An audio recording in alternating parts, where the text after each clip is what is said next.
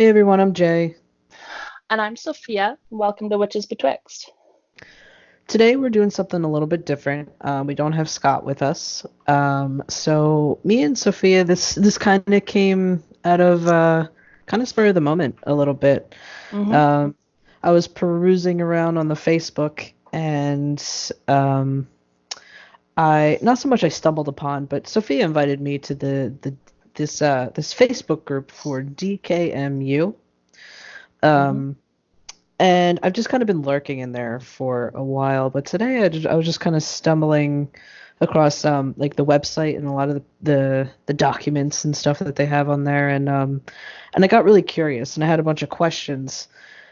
And I think I kind of want to take this episode to really pick Sophia's brain about DKMU and what it is, and um yeah, I Yeah, got really curious about what's going on. And Sophia's been a member of DKMU for 9 years. Yeah, 9 years. nine. I joined back in,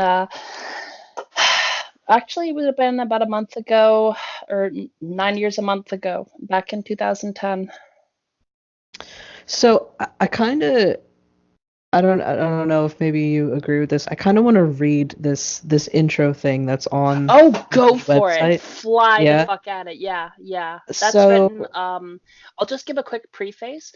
I I'm not going to reveal anybody's legal names here because I know everybody here on a first and last name as well as moniker basis. So for just the safety of everyone involved, I'm not going to be using anything other than monikers.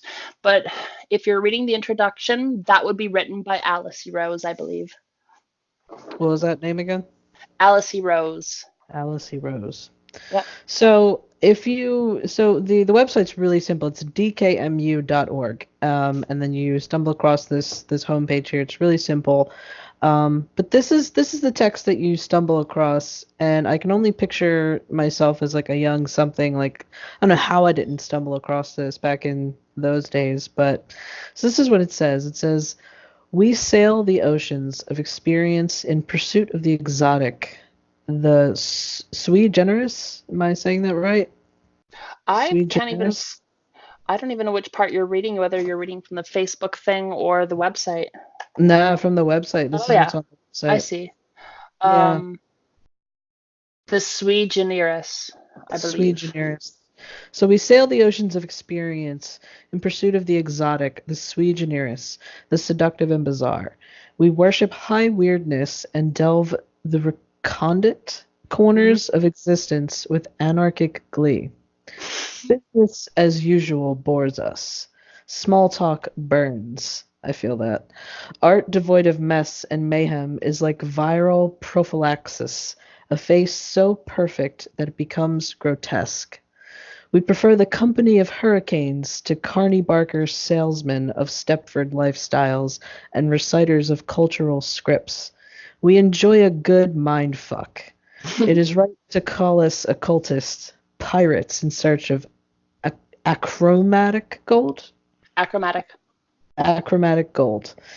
In the fitting words of a colleague called Argel, we Yeah, are Argel. Argel, we are not one of you. Down, down the rabbit hole, beyond brand name chaos, and out the other side. For several years we have existed on the periphery of the modern occult. Our primary activity has been to assault the consensual reality in substantia, the all too predominant paradigm that founds itself on the antithesis of creativity, imagination, passion, individualism, and magic itself. We cast spells, scribe sigils, open doorways, summon spirits, generate hauntings, design deities, perform rituals on skyscrapers while dropping acid, evoke archetypes around bonfires, imbue our intents within media of all sorts and anything else we might find useful in making the world a more wild, mysterious, and liberating place to be. This isn't your usual bowl of cornflakes. We, be- we began operations in 2004 with the inception of the linking sigil Ellis, a simple sigil designed to link various operations together for mutual gain and benefit. With each and every use, every tag, this empowered what we call the network, a form of magical internet. From there on, we expanded, the LS continuing to serve as the foremost doorway and practical tool used amongst us. This humble yet effective eye-catching sigil has since become a widespread insider secret for a growing portion of the chaos magic underground, spawning many similar attempts in its wake. Perhaps you've already seen it scrawled on walls, city streets, or darkened corridors. Perhaps it beckoned you in with the subtle calling of "Ask me how." Perhaps this will be your first exposure. We are still the Marauder Underground, and we are still the Domus Chaotica. Correct. We are the current called 156663. Is that how you should pronounce that? Okay. Yep. We are current called 156663, Chaos and Assault, Chaos and Connection, the Cult of Ellis. Oh, that's Chaos. actually I'm gonna just actually no, I'll correct that later. Just continue. So is it Domus Chaotica or Domus Chaotica? Domus Chaotica. Chaotica. Yeah. The Cult of Ellis combined with mystery, and we want fireballs. We want the crazy, the weird, and the extreme by any means necessary. Bring us your outcasts, your misfits, and your reality deviants. If you're just as fed up with the incessant repetition of friendly occultism as us, then you're welcome to call this place home.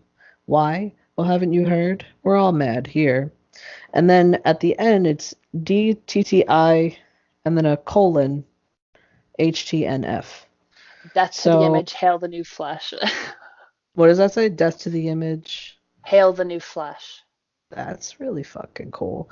So now that I've butchered the opening, I hope it did a decent enough job. There's some tricky words in there. Yeah. But so that's the DKMU written, summary of what it is. So what the fuck is it? Is our first question here. So I feel like that was written a long ass fucking time ago, because this website was put up. We moved to DKMU or .org quite some time ago, and there's been, God, there's so many things. DKMU is essentially that it started in 2004. Yeah, I came in a little late to the game. Even then, I'm still pretty early compared to other people. God, okay, let's start. Let's start in the origins. It started way back on like occult forums, way back when I was in high school. I started high school at around, I think, 2003. So I would have been about grade 9 when this was going on, and I was completely fucking oblivious because I was none the wiser to anything like this at the time. I found it around 2010 after DK and MU had merged. If you really want, so they were two different things. Yeah. Here's the thing I'm going to say right off the get-go. If you really want the early history, there's an amazing interview with several of the founders of DKMU, and I don't want to rehash that material. If you're interested, I'd love to direct people to the early stuff, but since it's not my experience, I'm going to shy away talking too much about anything prior to 2010. Okay. For that interview, that's still easily findable? It's available if you're willing to join the Facebook group for DKMU and sift through some posts looking for it. There will be Would it be something that we could link and share with the public, like in the description here, or is it you just have to join the Facebook? I might be able to find a permalink. I'll see if I can do that. I'm pretty sure it's just an external link, and if they're okay with it, then I'll see if we can share that along here, because that'd be great, and I'm sure they want that to get exposure anyways. And I was planning on transcribing it if I had the free time anyways, so it'll get out there. But basically, for the purposes of the podcast, though, it started as like a countercurrent rebellion group of people who are fed up with, like, as they said, business as usual in the occult community. And they started working with the linking sigil, which was made by Argel. And fuck, it's a lot, God. And you do something for 9 years and you feel like you know it so well, and then someone puts you on the spot and you're like, well, fuck, how would I define it? But basically it started as like a rebellion against reality itself and having that. They were looking for a fight, and they picked a really big fight with like consensual reality. And there's like this theory in a lot of chaos magic or chaos magic, which is something I'll differentiate in a minute here, that we have a consensus reality, and that's like it's harder for you to do magic when people don't believe magic's real. Like, have you ever noticed you can do a spell and get an effect, but if you're with one of those people who like treat you like you can't do it, and they're like, nah, fuck this, and they like put some sabotage energy into it, suddenly you can't, you know? Right, it's like they're kind of like doing their own counter magic without really Yes. meaning to. Yeah. Because like It's almost like it's like in Peter Pan, like the story of Peter Pan. You like he throws the fairy dust, and they're like, oh well, we can't fly, nothing's happening, and he's like, we have to think happy thoughts. So like you have to put magical intent into what I've given you. So it's kind of like that. Yeah, in a way, I could say that. That's how I just say it. Yeah. But anyways, basically, if people are constantly believing magic isn't real and only believing that there's only this hard and concrete physical reality, then they're giving into what's been coined a term insubstantia. And that's essentially like a mask or a name for everything that mainstream society wants you to be. You know, this attractive, fit, straight, white, cis guy between the age of 21 and 26, you know, and like having all the right stuff and like ascribing to the most popular model of yourself that you could make without it necessarily like being 2.5 children. Yeah, that house kind in of the shit. suburbs, golden retriever. But here's the thing too, like if you genuinely want a golden retriever, like I'm not gonna say don't be doing that shit, because that's just like metaphor for it. What it really is compromising yourself and giving up what makes you truly happy to appease others in society and forcing yourself to fit in. And DKMU is kind of like an act of rebellion against that. And for me, I joined around 2010. I had just gotten back into magic at the time. I had a really shitty experience after I got into psionics when I was a teenager, and I had to get out of magic for a while. Not like bad, like something happened to me, but like bad as in like my parents found out I was doing it. My mom was German Catholic at the time, so she flipped the fuck out, and I wasn't allowed to do anything for a long time. So you had to like really repress everything. Yeah, actually, I cut a lot of my shit off, and I still can't do stuff that I used to be able to do way back then. It's just never came back, and that's a whole another discussion of like trauma and how it affects your magic. But yeah, it's like a magical muscle that you just kind of atrophied. Yeah, essentially. But a new one grew because I found DKMU after I kind of like was looking through Hermeticism. Like I had found Lesser Key of Solomon, but I didn't know how to make heads or fucking tails of it, you know, and they're talking about all these planetary hours, and I'm like a budding like witch or magician trying to figure anything I fucking can out, you know?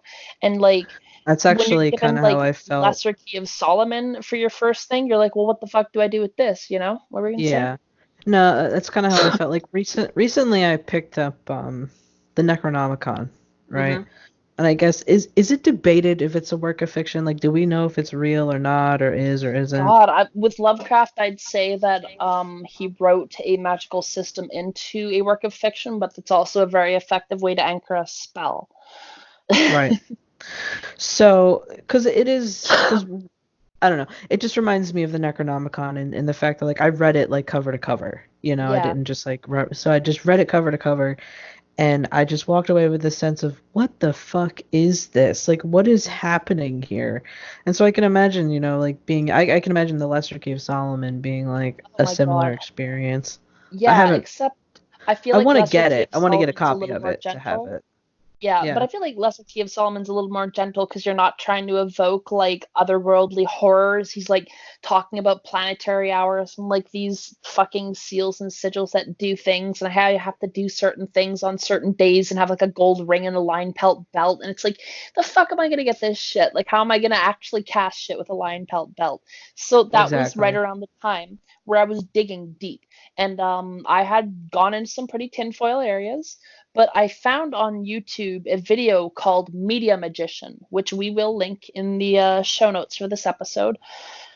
And I took one watch at that video and I said, holy fuck, where do I go? And I saw that it was from this DKMU, and I like literally watched every video on their channel that they had.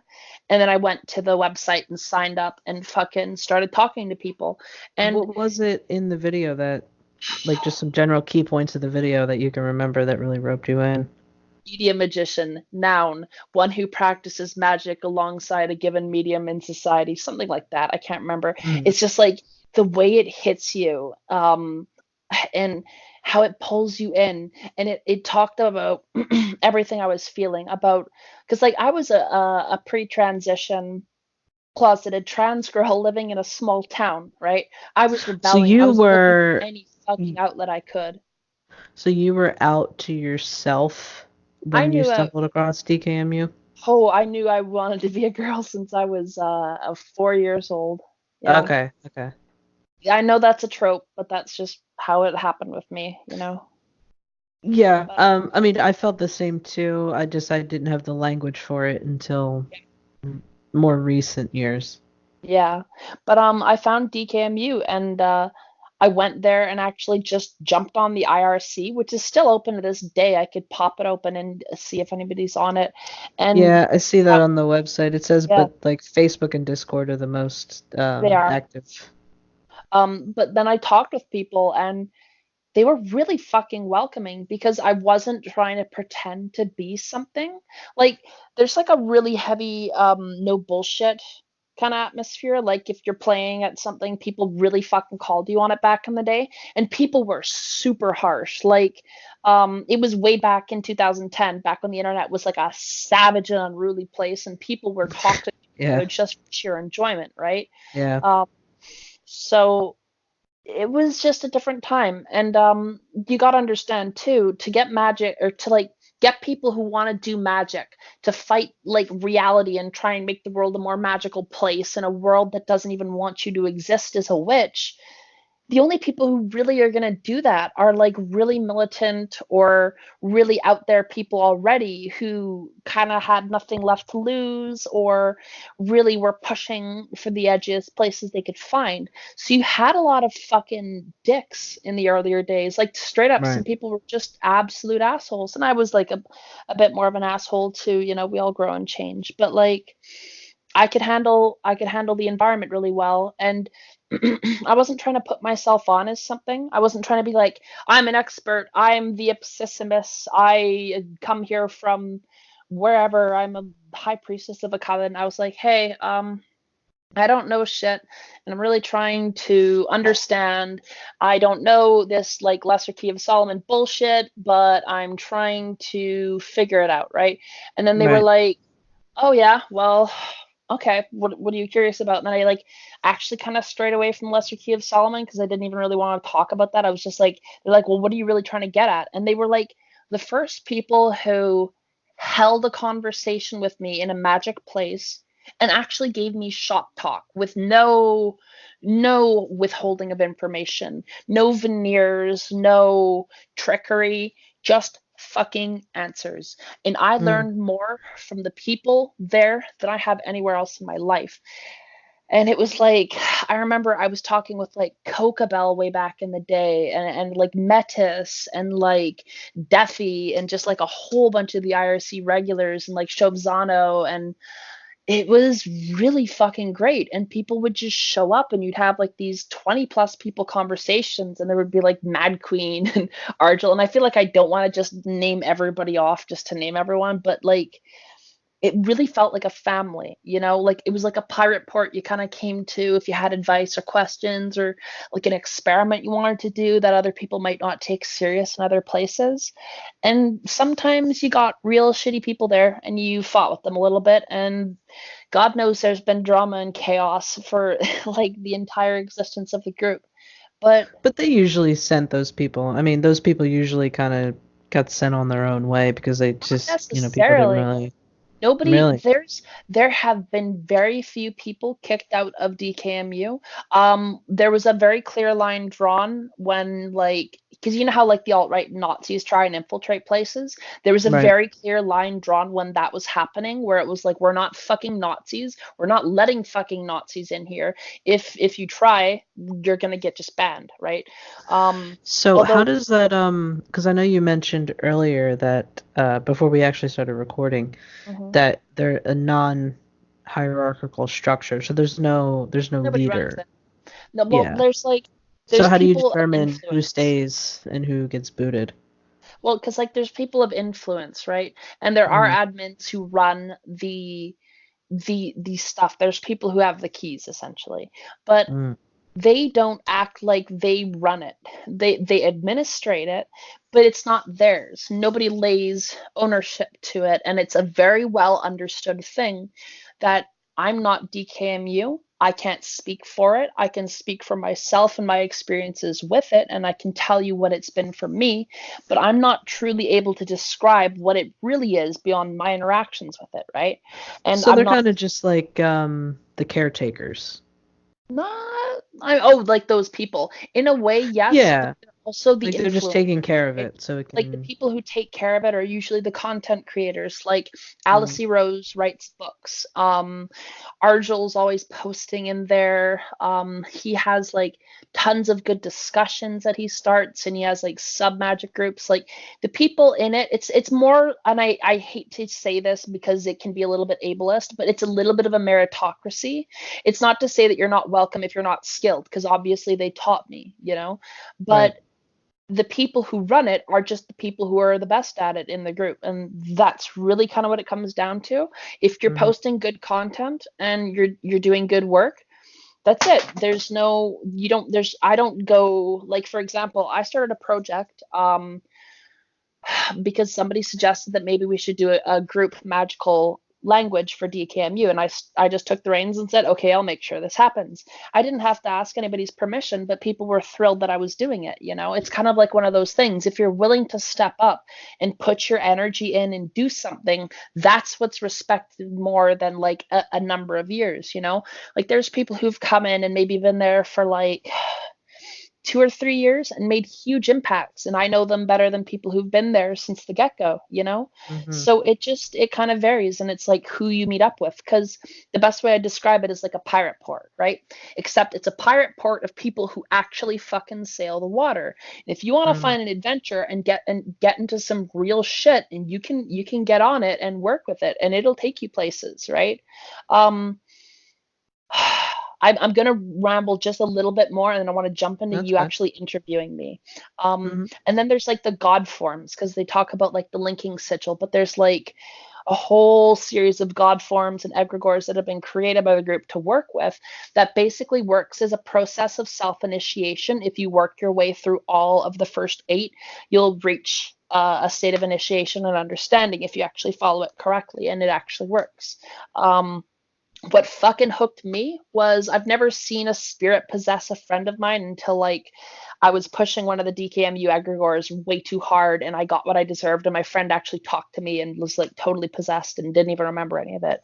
So it was like Wow. literally the first magic that kicked back at me when I kicked out. So that's kind of why I stayed, because it got results, you know. And then I went through the series of the God forms, and that's actually how I did my air quotations initiation, because there's nobody to really guide you. You self initiate essentially. Once you've learned how it works and you have that initiatory experience, and you'll know it when it happens. There will not be a fucking question in your mind. If you're questioning whether or not it's happened, you know it hasn't happened. But when it happens, it will, and you'll know it, right? It's one of those things.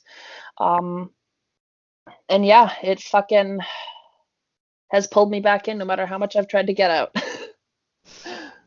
Yeah, it's actually kind of funny because like this was your origin point, Hmm. like for really getting into like where you are now with magic and stuff like that.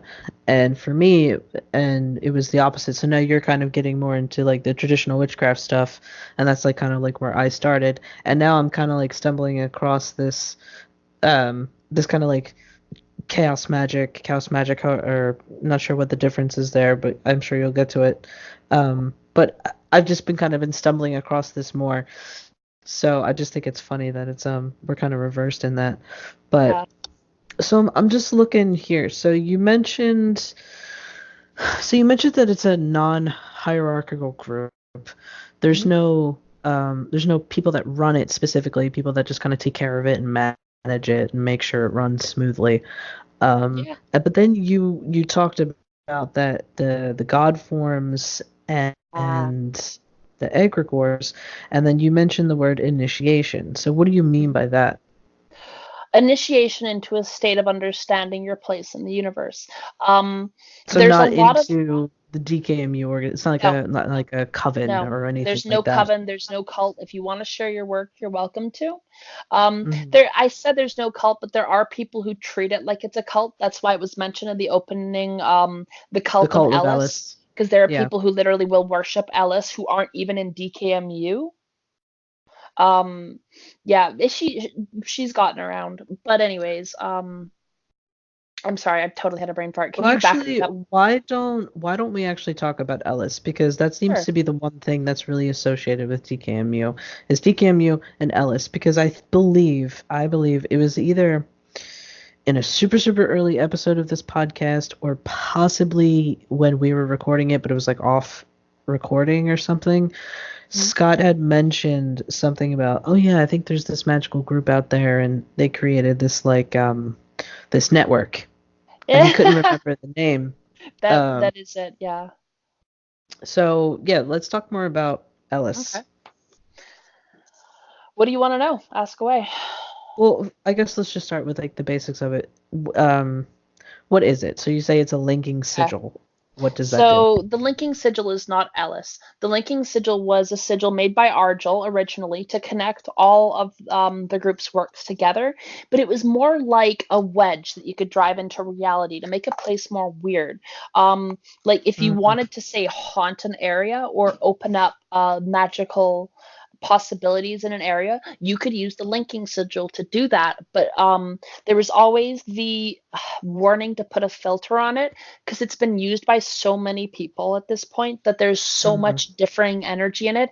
And if you don't get a filter, you're just going to get sometimes random explosions of sheer chaos. It will be. mm. I've used it irresponsibly before. I have very many tales of hurting myself or nearly having stuff go horribly wrong when not giving it respect. So it is definitely a thing. So that is pretty accurate then on the website when they said they created a magical internet because okay, Yep. yeah, anyone can connect to the internet, but if you don't have an antivirus program, you're gonna have a bad time. It's not even So that's kind necessarily of an antivirus, just a fucking firewall. And well, yeah, anybody that's should what I have a mean. Just firewall. some kind of program to filter the stuff that you don't want. Yeah. Yeah. And it's tagged everywhere, man. Like this thing is everywhere from like the Well of Avalon or whatever it's called, that well that never runs dry somewhere in England. It's Hmm. like someone put it on the fucking pyramids and like we have people all across the world and we find people, not find people, they find us, who are in like different countries that are under conflict that'll like use the sigil to like help their efforts. Like there, like we had people in Chile who were asking questions like before the all that stuff went down, and like Hmm. it's it's also honestly a little bit of a symbol of hope for certain people. Like I know as for some people it can be like this negative thing that they're afraid of, but I've seen people who are in desperate situations using it and like putting a lot of faith in it to make big things happen, and it's done a lot of, like honestly, um when I really had my first true initiation and I actually reached, as I would put it, adepthood. That's when I actually also had my 2012 experience and realized I needed to come out as trans to be myself, right? Like Hmm. I this group like helped me come out as a trans person, and without revealing anybody's identities too. There's a lot of queer and trans people in there, right? Hmm. Um, and it was great, and they were the first people I actually even came out to, and it was such a counterculture, like anything goes, anything's expected place. Everyone was like, yeah, that's cool. And it was like the first kind of response I got that wasn't from like explicitly another trans person, even though there are a lot of trans people there. Yeah. It wasn't. It was like the first place that wasn't negative. And I will also stipulate it's not like everybody's trans there. It's just like there's a good chunk of trans people. It's like a good mix of everybody, honestly. Yeah. So you were saying that the Ellis is not the linking sigil. No, Ellis is the god form that kind of formed at a linking sigil. So it was used for long enough that So you created a linking, so not you, but DKMU created a yeah. linking sigil, which then was abbreviated to the L and S, so LS, and then I guess it sort of Well, formed into it its was own. when the linking sigil was made, it was an idea, and Argel made it that way. When the LS came together, it was like that was it, sort of thing. It was one Mhm. crystallized idea. It didn't become the LS later. Okay. So Yeah. they created LS linking sigil. Then what is Ellis? Ellis is a egregore that kind of arose within the linking sigil. I wasn't there really early, but there was never the intent to make a god form originally. It just kind of happened because the sigil was getting thrown up all over the world. It's like everywhere, and there was a lot of people working with it, and they're just pumping energy into this one spot without giving it real purpose.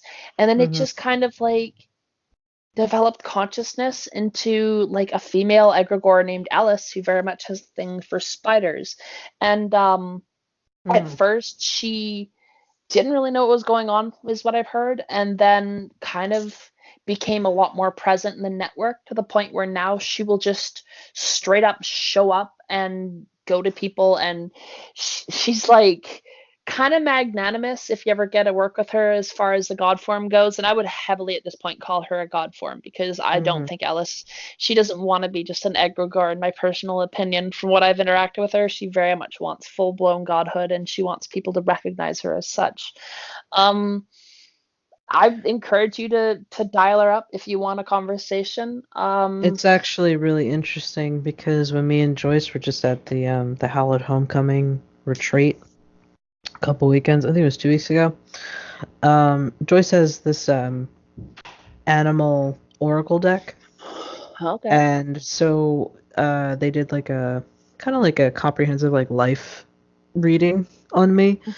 and the card that symbolized the animal that I need to connect more with, that Spider. are it was spider, not so much connect more with, but that had things to teach me. That's what it was. That had things to teach me. Bud, you're getting a fucking calling card, and then you ask about interviewing Yeah, DKMU stuff. All right. and yeah, exactly. And then you just said that about Ellis with spiders and stuff, and I was like, oh shit. Oh yeah. Talk about Um, synchronicity, right?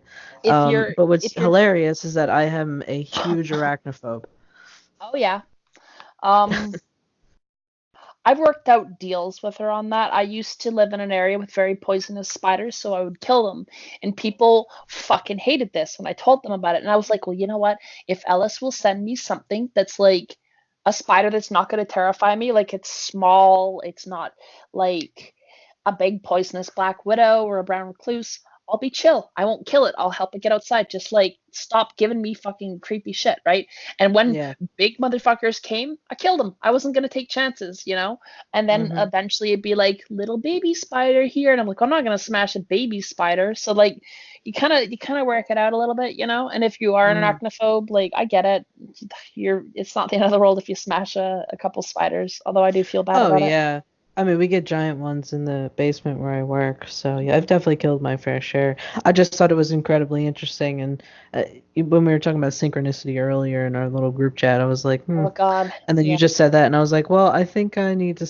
I think this is like my calling card from the universe to be like, hey, you should really dig into this shit, because I've Yeah. been particularly interested in the linking sigil and Ellis. So that's kind of like where most of my interest has kind of gone when I've been looking through the DKMU stuff. I lurk in the group. I don't really Yeah. post. So I think it'd be relevant here if I just jump to explaining a couple relevant terms.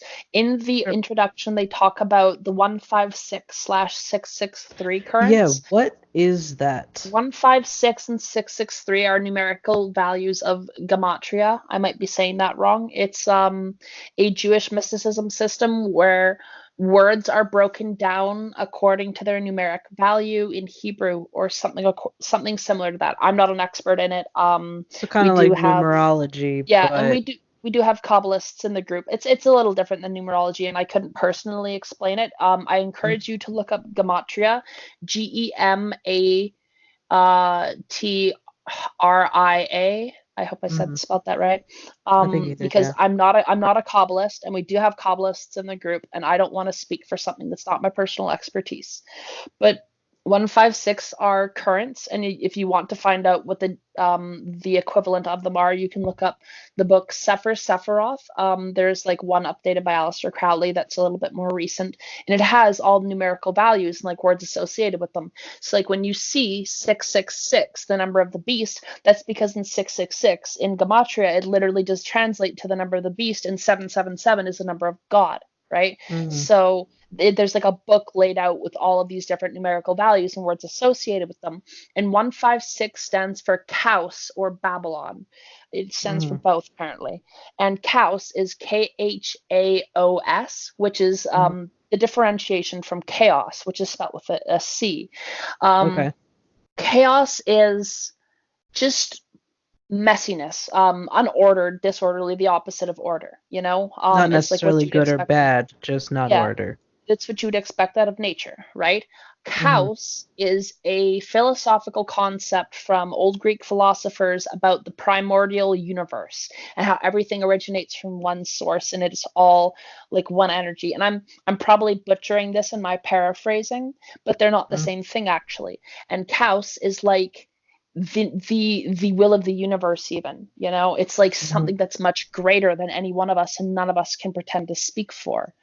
And we can't even begin to really comprehend it, We can begin to comprehend it because we are a part of it, but you're but we'll not never going to get the truly full understand it. picture. Well, Right. never, don't say never, because you're a lot bigger than just being Jay, and I am a lot bigger than just being Sophia. But Hmm. you're not necessarily always going to get it, and even then you're only gonna get parts of it, right? Right.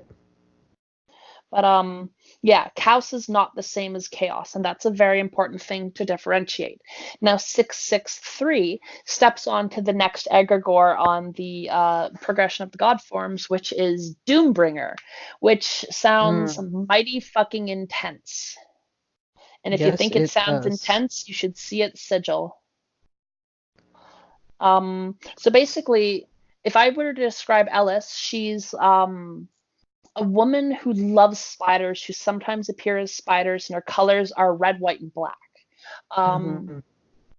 Doombringer has like the same colors, but he's essentially um, appears as a half-dead lion atop a ziggurat that does not come to you, you must arrive at. And Mm. it's like basically a god form for shamanic death and dismemberment. And it's basically, have you ever heard those old myths of people going to the underworld and like in a lot of people's initiation, they're torn apart and then put back together? But there's Hmm. something that has been added. There's a phenomenal interview down at the Crossroads done with I forget who, but she's out by Ravensknoll in Ottawa where she talks about her personal experience with flying ointment, and she gives one of her initiatory experiences, and it's a very similar experience, and it's in a lot of Mm. practices.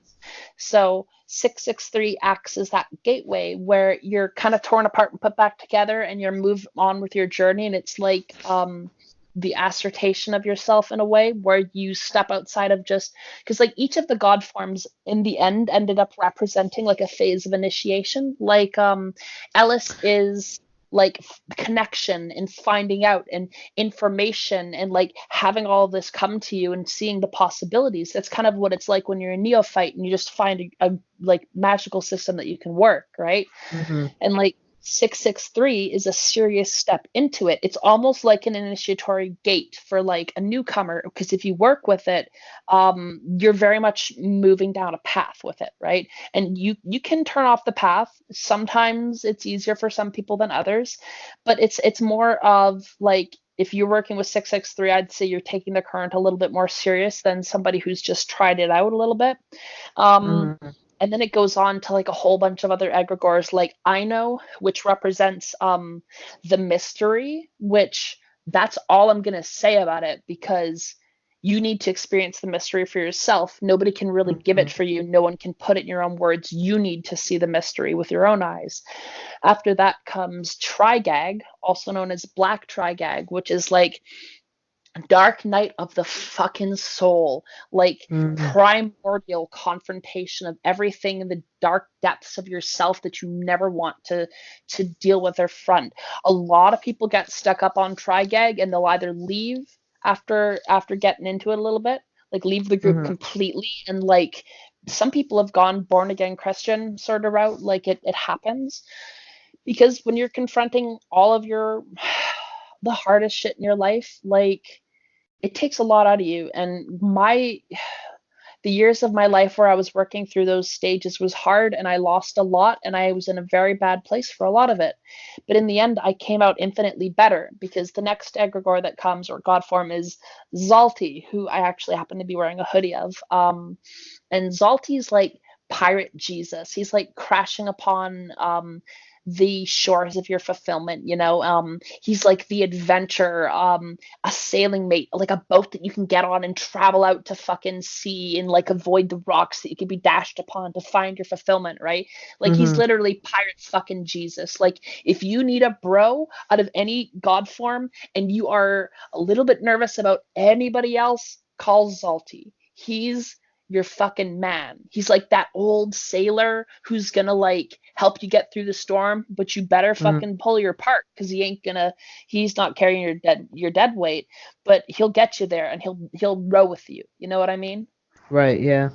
And after Zalti, because that's kind of like, Zalti almost feels like a different type of initiation from 663, because it's like knowing magic, knowing your darkness, yet choosing to be in the place where you go towards your highest self, Now, and you are you work kind of better.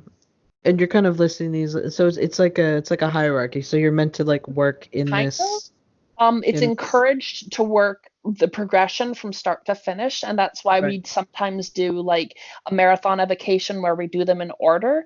And the crazy thing is, like, nothing was planned out for this to be an initiatory process. It all just developed organically, right? Like that's why a lot of people are pretty convinced that it's not us who are creating this. It's just we're kind of like um a space for something new, for a magical system that's not relying on retelling the same old tales to be born, Yeah, like everyone just, everyone with their Crowley and Lesser Keith Solomon Yeah, and we're not trying to culturally appropriate shit. We're not trying to go and take somebody else's belief system that is precious to them and commodify it or anything. We're trying to make something that speaks to us, essentially, and is an expression of who we are and contribute to it to a piece. Like I contributed a god form, Violet, which I'll get into, but like it's done as a way of like sharing yourself with it, not as like a way of trying to make it into something specific, and it all just kind of comes together weirdly enough, right? So you kind of explained Ellis and 663, but where did these other like God forms come from. yeah, where did they come from? How did they develop? um Well, I'll answer that in 1 second. I have to mention two last more ones because there's an initial wheel of 8. There's White Queen, which is really abstract. The best way I could describe her is she's like the software of reality. And then there's the Red King, which is the hardware. Now, how they were all developed was just members who were in the group contributing ideas and sometimes bullshitting. I can't remember who came up with Zalti, for example, but there was a lot of people who shared experiences with them, and then maybe someone joked about like the sailor archetype meme a little bit, and it kind of just comes together at a point. And there's like this wonderful thing that DKMU has. It's like a coded language that nobody can really decipher unless you understand some like subcontextual current. It's wild. It's called Big Toe. And if someone talks in Big Toe, it's like, these gosh darn kids, they don't know nothing about my Bombardier. Yeah, that's actually a Big Toe quote from Metis. So it's like a way of saying something without saying anything that has to do with it at all, yet somehow subcontextually leading towards it out of shared knowledge between the two people and a little bit of a magical connection and understanding. Holy shit. It's fucking buck wild. That's fucking deep. Yeah, that's why it's called Big Toe. Yeah.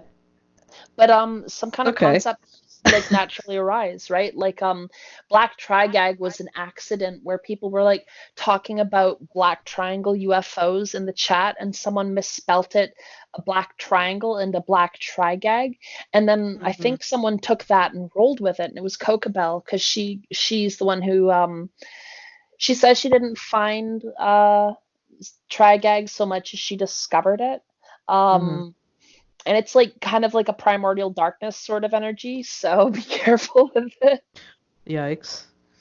I mean, every system kind of has to have that harsh element to it to really talk about the universe. Otherwise, it's incomplete, right? We're like, yeah, I mean that's true. I mean, just look at just the concept of life and death, things like that.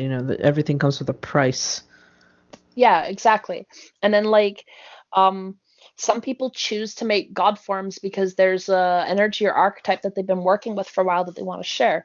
Like I made Violet, which is like an archetype of the magic mirror, which is like a God form that you can use when you're in self-doubt to call upon an image of yourself that is one of the greater aspects you could be, or like who you want to be, and it's a way of having an egregore that you can talk to that provides a mirror of yourself and provides you insight and understanding into yourself in ways that you might not have seen before.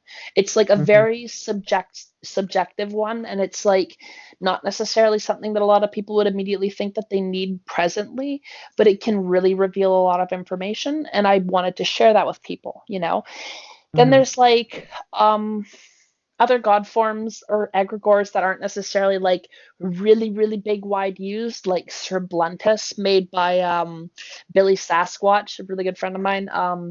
And fucking Sir Bluntus is literally just like a god to help you get weed, or egregore to help you get like weed and drugs and have it be like real heat and chill and like not get caught by the cops and like pass your drug tests, like legit. Sir Bluntus be praised. So I know, like, we were kind of like, laughing a little bit, like Sir Bluntus and like things like that, but they're all very real. Yeah, absolutely. There's also like a little bit of a nonsensical side to it. Like you don't have to take magic too incredibly seriously to make it work all the time. And sometimes like it just makes it a little bit stuffy if you're a little bit stuck up on yourself. So like a lot of people in DKMU will do rituals without necessarily having like ritual robes or like the whole 9 yards, even though we certainly do have ceremonial magicians. And it's because like everyone's encouraged to participate in a way that is best fitting what they do without encouraging them to be anyone else, essentially. Like we want you to be your best version of yourself, whatever the fuck that is. And if it includes you telling me to fuck off and shut up for a second and listen, tell me to shut up for a second and listen,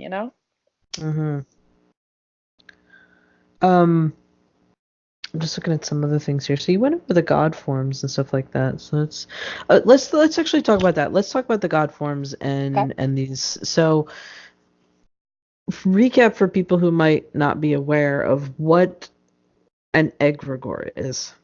Wow, that is a large debate, and we could actually spend a whole episode on that when Scott's back. Well, your understanding of an egregore, let's just put it that way. That's what I'm going to drop. Yeah. Essentially, the way I understand it is an egregore is a thought form or energy construct created when more than one people get together. If you make it by yourself, you can make a god, but at a certain point, you'd have to share it with enough other people for it to be in their consciousness for it to be a god at a certain point, because when it's small, it's more just like a servitor or a construct. And these are all words to describe like non-physical beings that we create through thought. Some magical practices won't detail this very much. It's very prevalent in like psionics or chaos magic in general. A lot of people like to make servitors to accomplish stuff, maybe collect energy or like filter stuff out. And when you work it long enough, it can become a construct, which is like a hardened energy form that works. And sometimes it'll be something like an energy shield that you keep around yourself so that nobody can really get to you as easily. And sometimes it's like a egregore you talk to in your mind to have someone to comfort you when you're alone or something like that.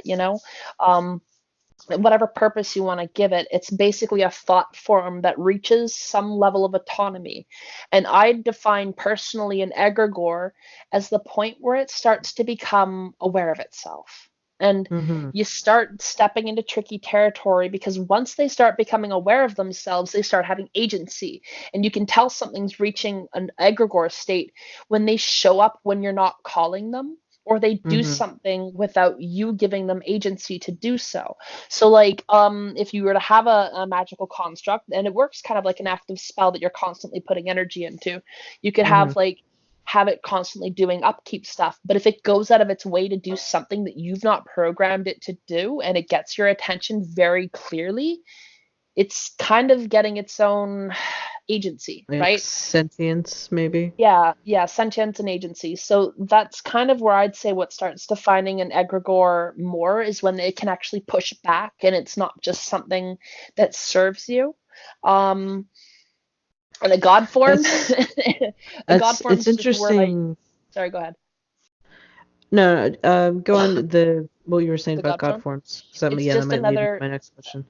Another word for just a modern god, because I wouldn't call them a god unless they had been around for a while and they were established in all of human consciousness, because like everybody knows who Apollo is pretty much. Even if they don't fucking believe in him, they know who Apollo is, or Zeus, right?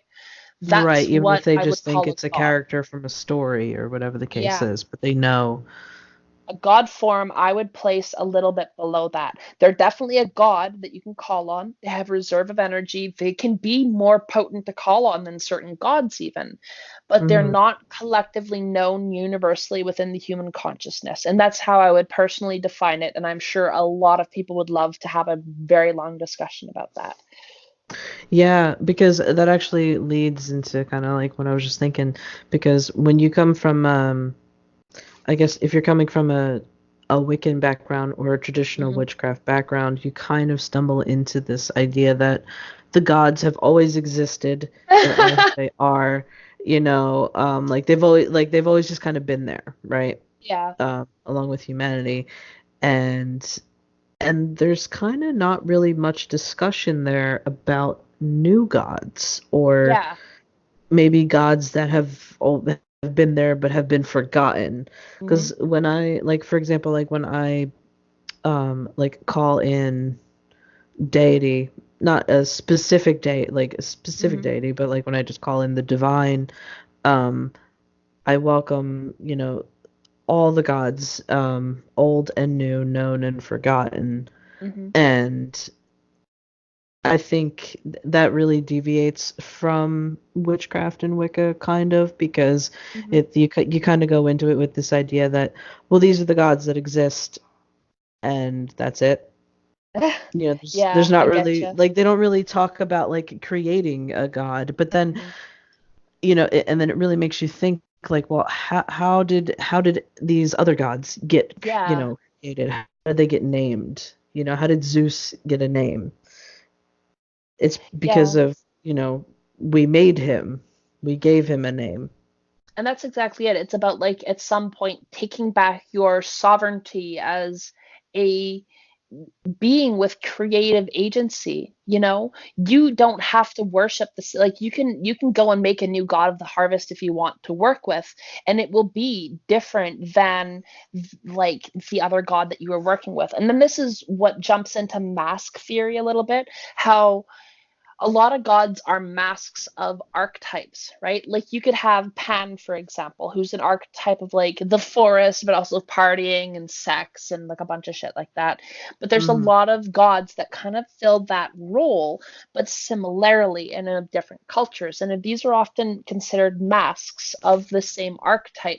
And like an Mm-hmm. archetype to me is like an undercurrent of the gods, kind of like Hecate, I would say, is tied to the I call her Night Mother when I speak to her, because she's associated to me with the night and being the mother of it, like, and having governance over witchcraft and the crossroads. So that's what most accurately describes her, right? And that's where that archetype is tied to. And you can have very simple archetypes like time, Chronos, right? And you can have extremely complex one like human bonding, or Mm-hmm. stuff like that. So what it comes down to when you get into chaos magic or chaos magic and you really start getting into these concepts is they require you to think a lot and look at like what's going on behind the rules of magic. And there's like Mm-hmm. a couple of schools of thoughts. One school of thought is you hermeticize the shit out of it and you study it and you try and apply practical principles to it. The other side is that you kind of don't give a fuck and do whatever you want anyways. If it works, it works. And they both work, honestly. And I find it helps to have a little bit of both. It's nice to Mm-hmm. know the theories behind it and know like mask theory and how gods all tie into each other. But if you want to fucking slam dunk a spaghetti-o can in a parking lot to summon the ancient ones and ask what pop you want to work in it, you want to buy and it fucking works, well, congrats, your spell worked and you did your magic. That's what the core principle of what's happening is. Everything else that we've ascribed to, it's dogma, right? And dogma can be Right. useful as long as you build it to be useful and not limiting, right? So it's like you can't get lost in the forest for the trees, sort of thing.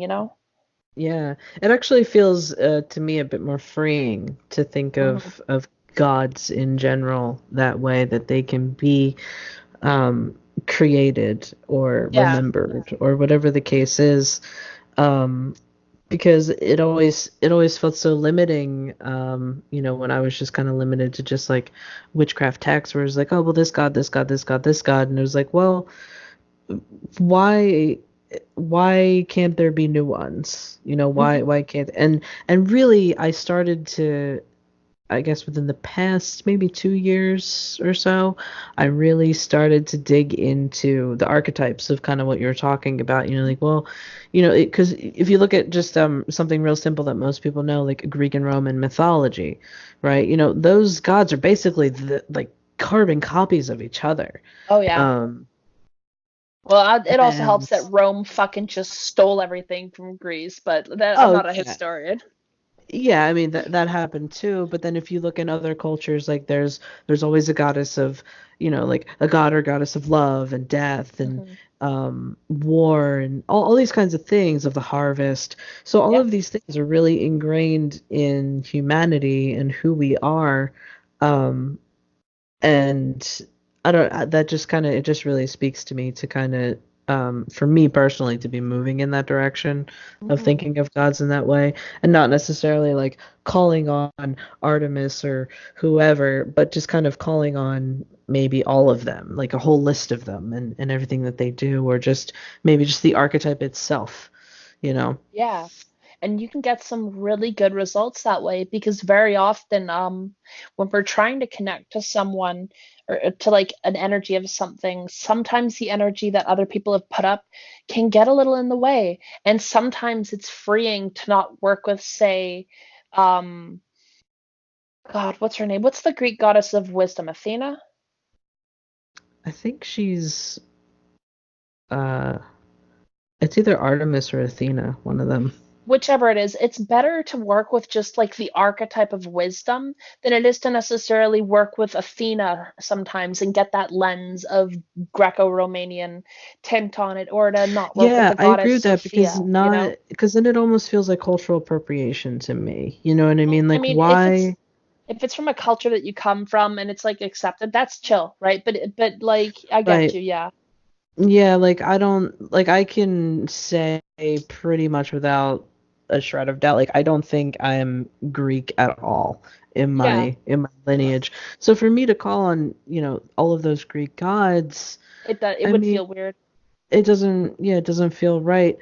I feel a little bit of a calling toward like Nordic Mhm. entities. I don't know for certain if I have any Nordic lineage at all, which is why Yeah. lately I've been really interested in trying to find out my heritage. Okay. I kind of want to do one of those ancestry kind of things just to see, like, I don't really care about finding relatives. I just kind of see, I want to know, like, where generally my roots are. And then I Makes feel like I sense. might feel a little more in tune with those energies. But, Yeah. And help you not be appropriative, like you're saying, because that can really be a problem with a lot of people. yeah, and I think because especially with Greek, Roman, and even Egyptian, I would say Greek, Roman, Egyptian, and Norse, like all of those pantheons, they're very Hmm. popular because they've also been used a lot in media, and in fictitious kind of stuff. Hmm. So I think that's why people really jump to them Yeah. And they're because very they clear and know them. present symbols, right? They're Yeah. like gods, literally, like we were talking about before. They're like known Hmm. in the whole human subconscious, you know? But I love this concept of that of gods being created and given life and given Mhm. attention, just like you were saying about the god form Violet that you kind of like shaped and brought into Yep. existence. I think that's God, that incredibly one. You have no idea how fucking weird that got, too.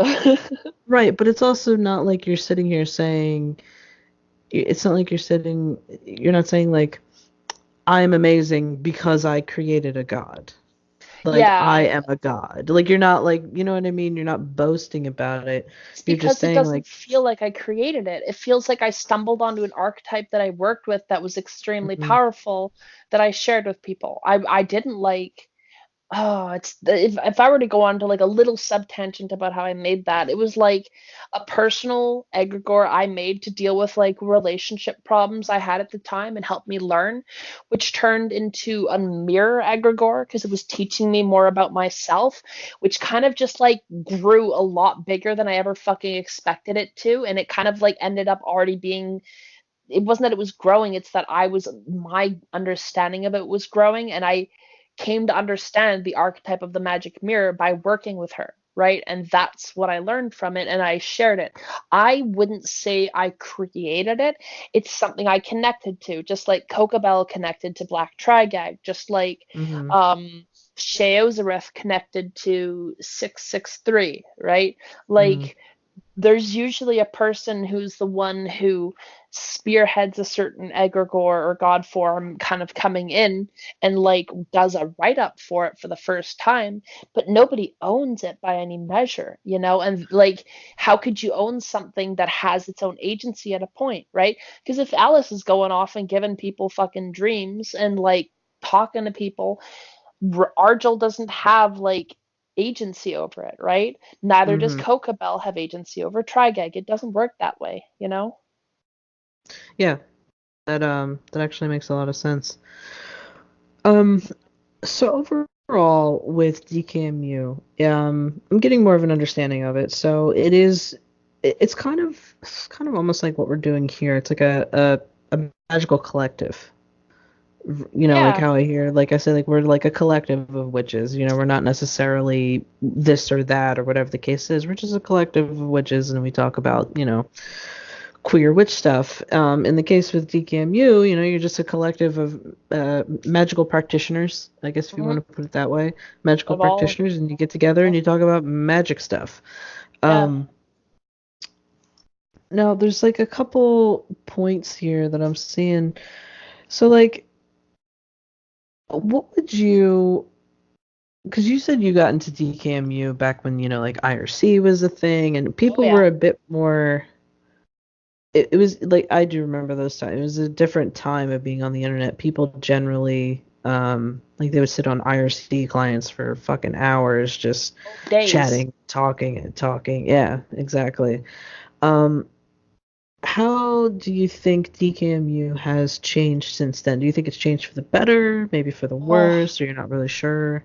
it's so Just in your much and it's personal opinion, this is not yeah. reflective on DKMU itself.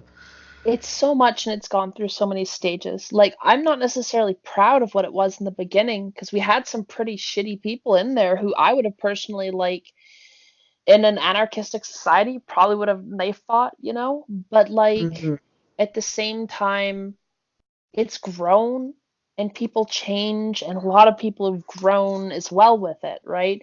Like, one thing that's really a hallmark of everybody who works the current for a long time is something big happens in their life. A big shift happens, maybe like for me, it was coming out as trans and transitioning and doing that. And I'm not going to tell other people's stories because that's not mine. But Right. anybody who really works that current goes somewhere. You don't just stay in one place from it, right? It carries you to another point, and you're going to go along for a ride. And Hmm. like,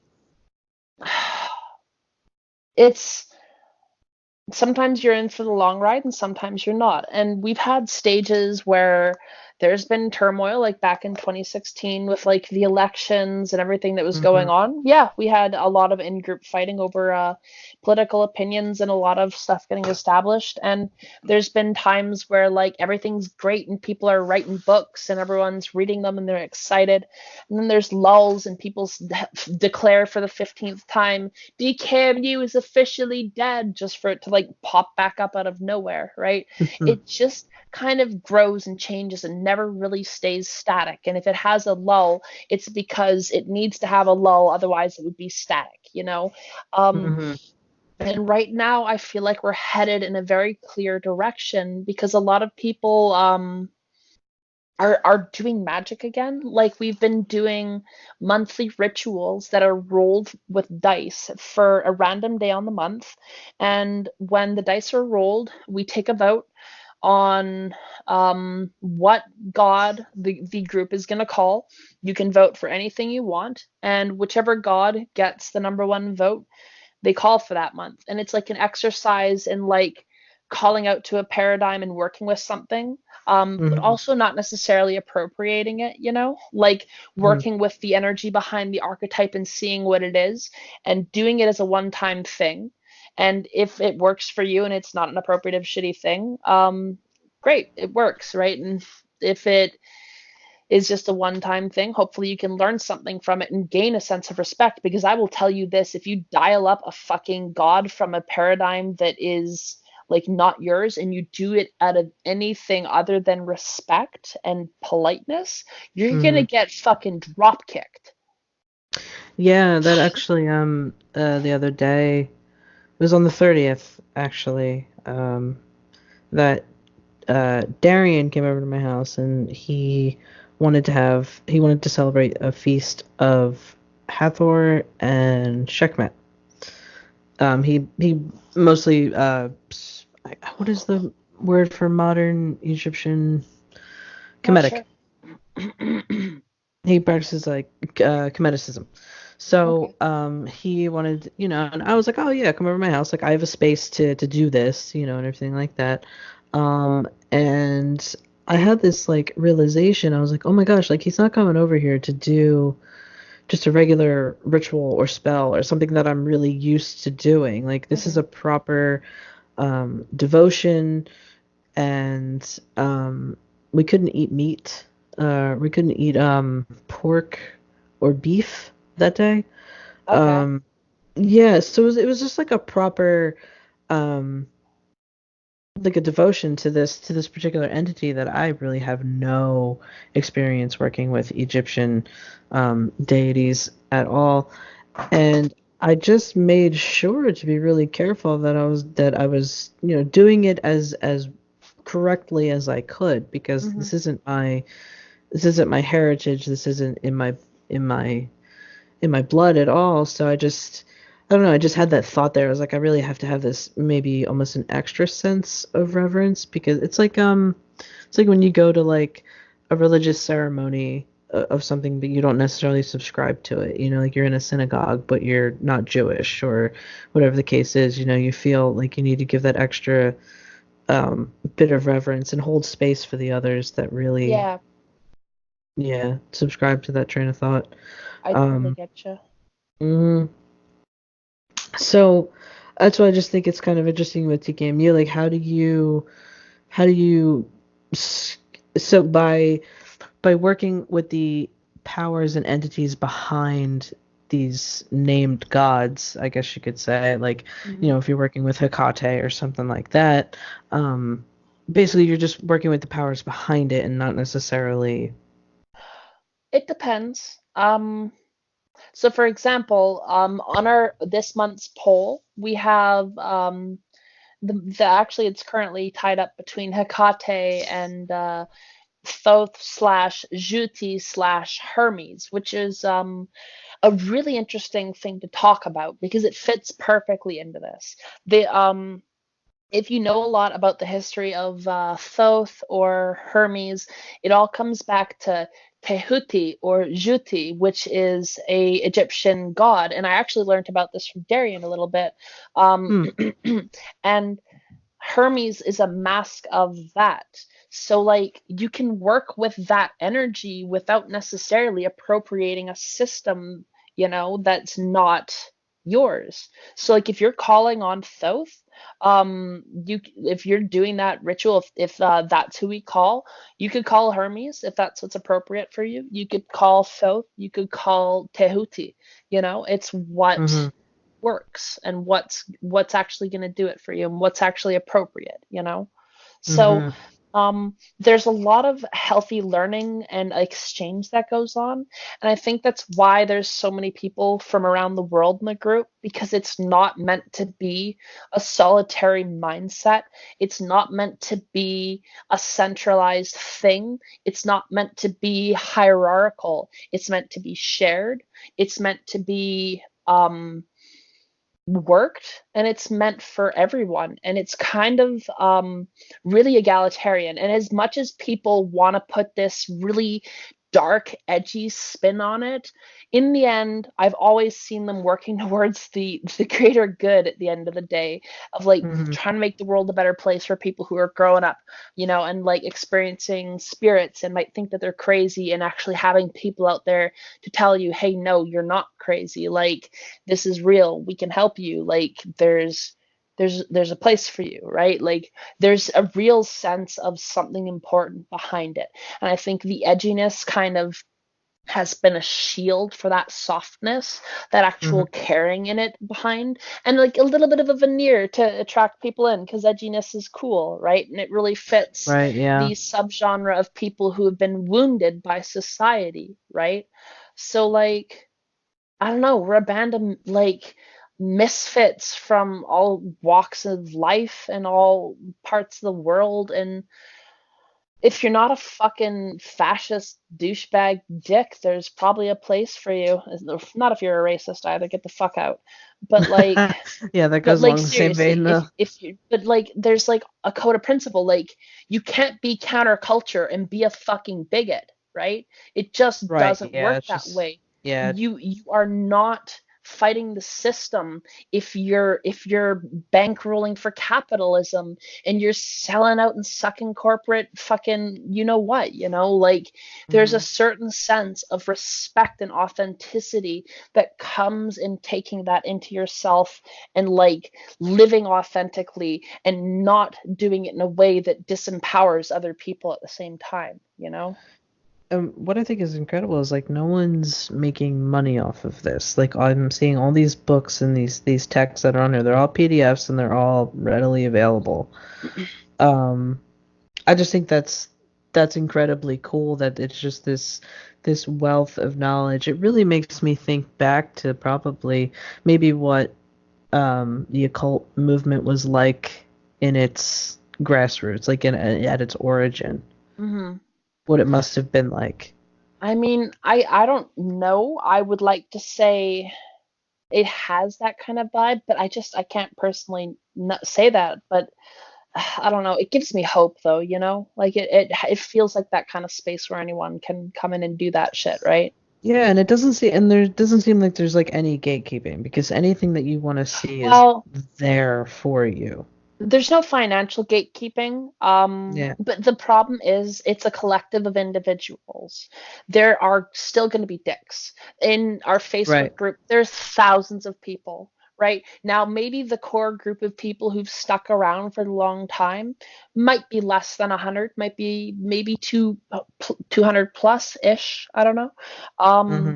Then there's thousands of people who just show up to check it out who might be a dick. So you could go in and have a very terrible experience into the Facebook group and have a very terrible experience with like some random person and then walk away from the group with a negative experience simply because there was some random person in there who's a dick to you, because that's kind of Mm-hmm. how collective spaces work. And it's really hard to manage a Facebook group when you hit the several thousand mark, you know? And we don't Yeah. want to like kick people out because that is kind of a shitty thing to do. We don't want to be like, hey, if you haven't posted in this long, get the fuck out, you know, because that's happened before and it's never had a Also positive result. because a lot of people do lurk and they just like to Mhm. read and just observe and stuff like And not that. everybody's ready to engage, you know? Mm-hmm.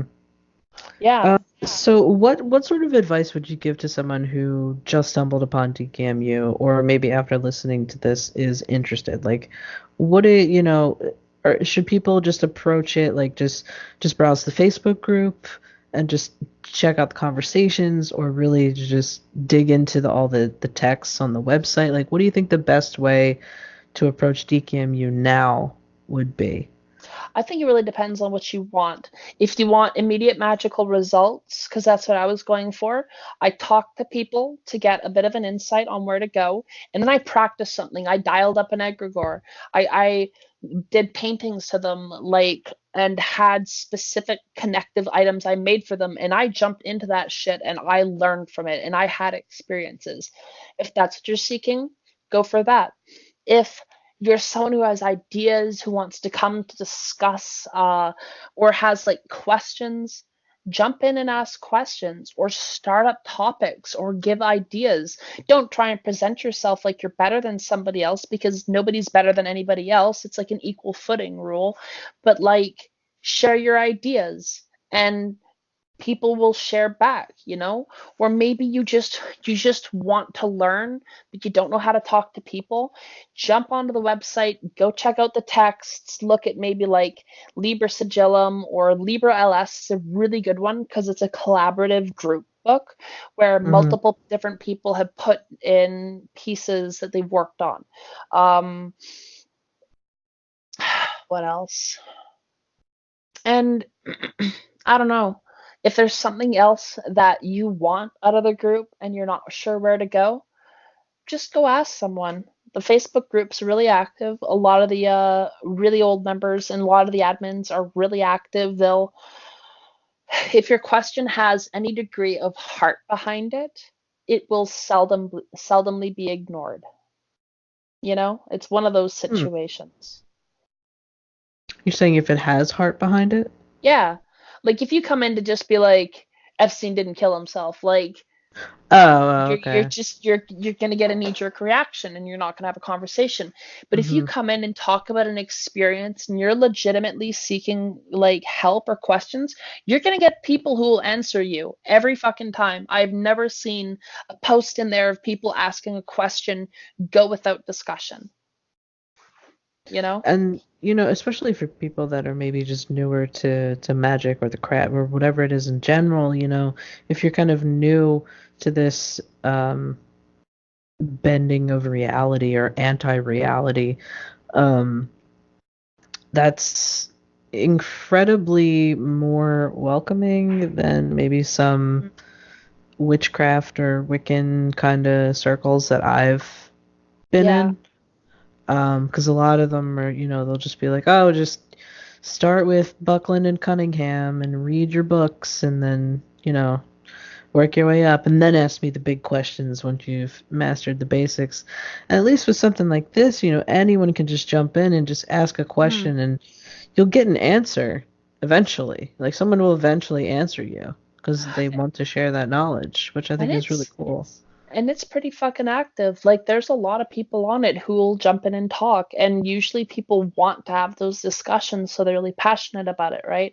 And I think it's a tragedy to just tell someone to go read a fucking book when they're so clearly seeking a human conversation, you know? Mhm. Yeah. Yeah.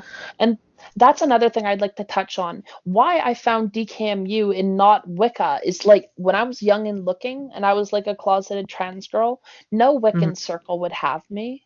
And nobody who I spoke to who did Wicca or did any traditional witchcraft would have two words with me. They called me a dabbler, an uninitiate.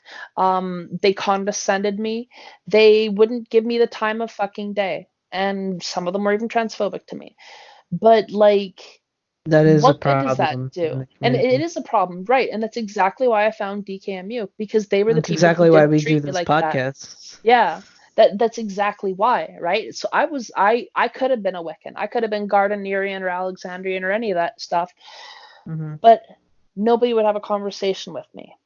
And that's what made the difference. And I think that's what makes the difference in a group that isn't about practicing something like it's a religion. It's more like a pirate port. It's where you come to meet people and have adventures and go sail, you know?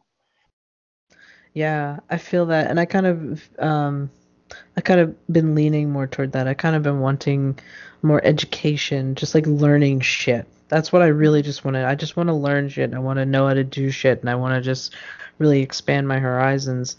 And I'm glad I got to pick your brain about Yeah. DKMU because I know you've talked about it so much in the past, but it's always just been like little facets, like here and there, like oh this little thing and that little thing and that little thing. And I think by Yeah. having this conversation with you, I got like a bigger picture of Yeah. what it really is. And And it's I'm really definitely happy hard to to have pin got it that. down. Yeah, and it's hard to pin it Yeah. down too, even to just like a conversation about as long as this. Like, there's so little I actually touched on out of the whole overall sphere of it, right? So what sort of, I guess, kind of like concluding thought could you give about DKMU? Maybe about someone who's um who's new to it, like any kind of like are there any like caution kind of things you want to toss out Yeah, there or just yeah. Don't believe any bullshit that really doesn't feel right. so Trust your trust your gut gut? a little Yeah. bit, yeah. Because like I said, there's a bunch of people. Don't be afraid. Learn the names of the people in the group who are posting. Learn who the content creators are. Find their names. And I don't say that so that you can idolize them, because that is the last thing that you should be doing. But they're the people who are going to start good conversations that you can engage with. If you don't have a starting point, look for who has the admin badge. And if they're posting discussions and stuff, go and read other content by people who do that. Check out posted topics, maybe get involved in the monthly poll, ask questions, see who are the people doing stuff, and get involved in a conversation, because that's the best way to be involved. And there might be a little bit of an attitude of, oh, you're new here, you don't know how things go. But that's only if you try and like walk in like you're the king of occult land, and we've been missing Europe's Sisyphus touch, like nobody's better than anybody else. I'm not going to treat myself like I'm better than you. Don't treat yourself like you're better than me. We'll be totally chill and things will work out great. It's kind of one of those mutual respect things. And if you're willing to show people the time of day and have a good discussion, you'll have a good response. And by stumbling into that, you may be surprised if you stumble across any people that you either follow on social media or just within like witchcraft circles that are actually in there. You might stumble into some people, but just It's keep it on almost the down like low. yeah, because a lot of people, because it's one thing to maybe be out as like a witch or a magical practitioner or a cultist Yeah. or whatever, but I guess DKMU is kind of like its own little side thing. I guess not a lot of people are, not everyone's open about being associated with them, and it's not because they're a bad group. It's just they just don't want to get into it. I think is really what it is. For It's like for me, what a it can comes of down worms you don't to, want to open. Yeah, I think what it comes down to most for me is respect. I don't want to tell somebody else's story, right? I'm willing to put my name to my experiences here and talk about it. Maybe, like you were saying, some people might not have that freedom, but there certainly are others in our group who will and do, and you will see them, but their story is not mine to tell, and you'll get your own chance to meet them, you know? Mhm. That's the best way I can put it. I ain't telling you nobody's names, figure it the fuck out. Now, so for anyone who may be interested in finding out more about DKMU, it's like I said earlier in the episode, dkmu.org, that'll lead you to a lot of the PDFs that they have on there, so a lot of the Yep. books. Um, and the Facebook group, is the Facebook group open to the public, or do you have to receive an invite from someone? No. So it's you apply to join. You can just Mm-hmm. literally find the DKMU Facebook. It's just DKMU. Don't confuse it with like the page that you can like, because that's a thing for some reason. I think someone did that just so agency wasn't taken away by a Mm-hmm. third party. Make sure to just answer the questions when you apply to join. And if you do it honestly, you'll get accepted when the admin gets to it. That's it. That's the best place to talk, because like literally as we were doing this chat, I went to go check the forums and they're fucking down. And I don't know who runs the forums anymore, because I think Shovzano retired that to somebody else. So I'll have to go Yeah. make a post on the I feel like Facebook after this. Facebook groups have kind of replaced forums. They definitely have, and that's like a Yeah. whole another topic we could have, um, like internet witchcraft community spaces and the mediums in which they're held. That's like a whole fucking episode, you know? That's actually an incredible idea for an episode, and I hope you Hmm. write that down so neither of us Well, I mean, forget. we just recorded that shit. True. This is very true, but this is also me, and I'll forget things and I'll Oh, cut them out. I'm autistic. I got that memory, dude. You're good. Um, and so this is an audio only version of the podcast for anyone who may be watching this on YouTube. So when we are talking about like the linking sigil Ellis, I'll put a little picture of that on there. Fun So fact, that picture will be painted by me. yeah, that's actually yeah, why don't you talk about that? How did that happen? I did a painting for each of the god forms aside from Red King, because holy fuck, the sigil's so complex and I need a fucking compass to draw it, and I'm way too anxious to even like finish the painting I have for it. So it's like my indefinite I need to finish hanging on my wall, staring at me guiltily right now in my corner of my eye. But I like to paint, and I was experimenting with amateur painting and I found a really good taking to it, and I was actually had a lot of fun and developed my technique over a series of paintings I did for the Godforms. And the first one I did was a linking sigil with some old canvas that I had had since high school, I think. And it was a very small painting. It's like, I'm looking at it right now. It's like 6 inches wide and like 11 tall, so kind of like a piece of a Hmm. size of a paper. And I Yeah. painted a linking sigil on it and took a picture of it, and I put it online, and people fucking loved it. So I got a friend at the time to do a cleanup and like even it and render it like as a flat image. And Hmm. like that's one of the most common images of the linking sigils that you see now. It's the one that's like the white sigil with all the red coming off of it, and it's got like the black background. I painted that using acrylic, and I also used a palette knife on it. And you still have the original, right? It's hanging. It's on the wall above my altar. That's awesome. I have all the originals. They're all around That's me really right now. cool that like something that you painted became Hmm. like kind of something of like I don't know, like the face for um I wouldn't call it the face. It's a well maybe face. It's like the a most common, mask. yeah. It's a One of the commonly more seen common mask. things that you stumble upon like if when you look up the linking sigil. I think it's on the Wikipedia page. I think If we still, because the Wikipedia page has been taken down a few times by haters, but I what believe it is the picture for it. Let me Google it right now just to make like maintain fucking accuracy, because my name is on the yeah, line now. I know. I'm like looking it up right now. I'm really curious. Oh no. Did it get removed again? I think it's down. Really? Yeah, totally down. But if you So it got Google it, removed. if you Google it, there's like a black and white one, and then the next one over, that's the one I painted. Wow. So people just repeatedly take down the DKMU page. Not the DKMU page, but the certain stuff affiliated with it. And since we haven't wrapped it up, yeah, actually, I can tell you one more thing before we go. That's how Mm, DKMU became a thing, was hackers.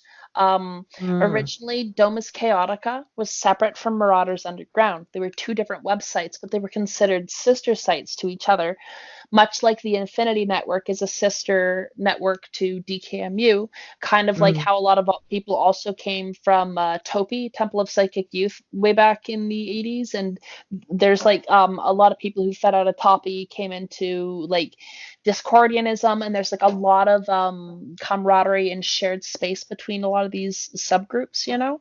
And mm, Domus Chaotica and Marauders Underground were really good friends, and I can't remember which one. One of them had their website get hacked.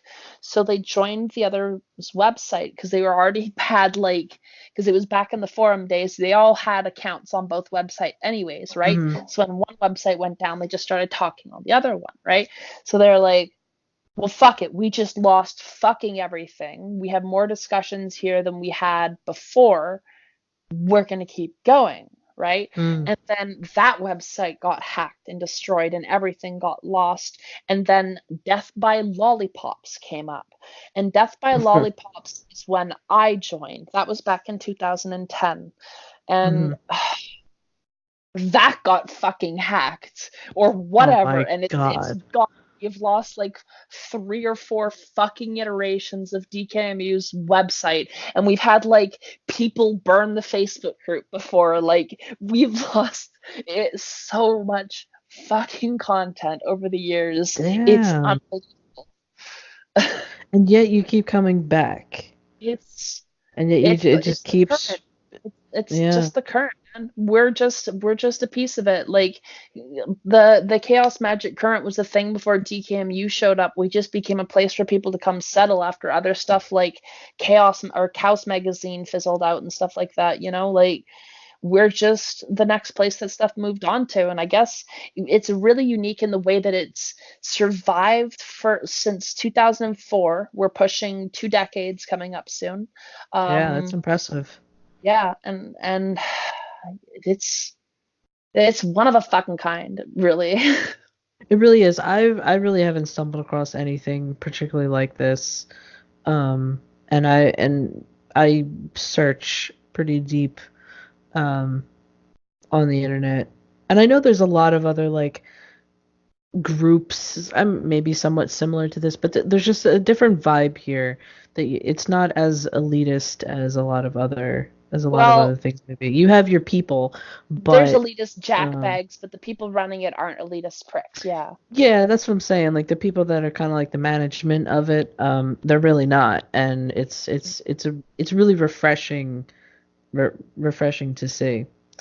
Um, so yeah, I mean, do you feel like you've covered enough of? I think you've painted a really comprehensive picture I mean, of yeah, without going into what it like is. really specific niche details and giving more away than I should on a podcast. Yeah. Yeah, no, and I really appreciate you doing this because just for me personally, I've just been really curious and I've had Yeah. questions and I wanted to know more things about it. And given my most recent reading of cards, I think I might be compelled to dig a little deeper into this. Um, and it's really funny because a person that we both know is actually in DKMU and I never knew. And Oh you were yeah, like, I "Oh, know you that know so person. and so," and I was like, "Oh my God, yeah! Like I work with them in this Shout thing out that I do." Philadelphia. Yeah, I was like, "This person is very close to me," and I was That's like, how it "Oh be shit!" And though. you know what's That's how it really fucking funny be. is that um, we have never discussed it. Yeah. Yeah, we've never talked about the fact that like that person is in DKMU and I know, and it's just really funny. It's just hilarious. I Um, mean, they might be up for that chat. I don't know. You might have asked them. yeah. So yeah, I think I'd like to conclude it here. I don't want to have this go too long. It was already pretty lengthy, and I don't want this to Yeah. be like, I don't want it to get boring. And I don't want to Um, fucking ramble and like yeah, go. I feel like I was cohesive towards the end, and that's good because it was a little rambly in the beginning because I was nervous. You yeah, know? and that's okay. And yeah, this was kind of like an interview conversation kind of style thing. Um, I just really wanted to know more questions, and I figured instead of just me talking to you off, I want to say camera, but not recording. I was like, well, this is great content to record, so why not have a whole episode about DKMU? And And that's I the think whole it'd be point of a cool. fucking podcast, right? Yeah, exactly. Like that's where all podcast ideas come from, is like two or three people talking about whatever, and then it's like, oh man, we should have a podcast. Yeah. That's usually how it happens. That's how this happened. Me and Scott talking for hours in their kitchen about witchcraft, and I was like, we should do a podcast. You did good at interviewing, so don't be surprised if you get people now who want to jump on for the interview segment of the show and have us like do the interview with them because you led pretty good and you had a lot of good questions to ask. And when I strayed a little bit, you're like, okay, here's a good time to like re-segment with another question, you know? And it's like you got it. You got the interviewer vibe, you know? Oh boy, it's my new career. I'm excited. Thank you for tuning into this episode. Hopefully, Scott will join us for the next one. And yeah, we will see you in the next episode. Medium magician. Noun. One who practices magic alongside or through a chosen medium in order to cause change in conformity with will.